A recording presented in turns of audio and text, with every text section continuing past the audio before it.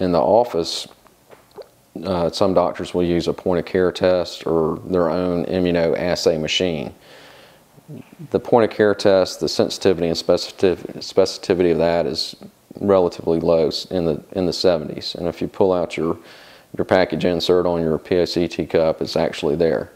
So, you know, saying that a patient's positive for opiates, you really only know that there's a 75% chance that they're positive for opiates. That's like saying that you're just a little bit pregnant when you get a pregnancy test back. It's really not something that you want to make a clinical decision on. It's something that you could use to raise your awareness about the patient and maybe change the dosing interval, have the patient come back sooner, you know, so that you can get the confirmation results back.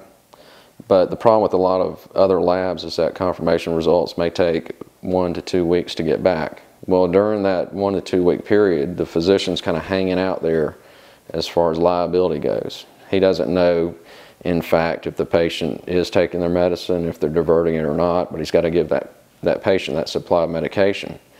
So one of the things that I like about using Veritas is that my results are generally back in 24 hours, on the outside 48 hours. So if I have a patient I'm particularly concerned about, then I can give them 1 or 2 days worth of medicine. And, you know, that really shortens my window of vulnerability as far as patient misuse, abuse, and diversion is concerned.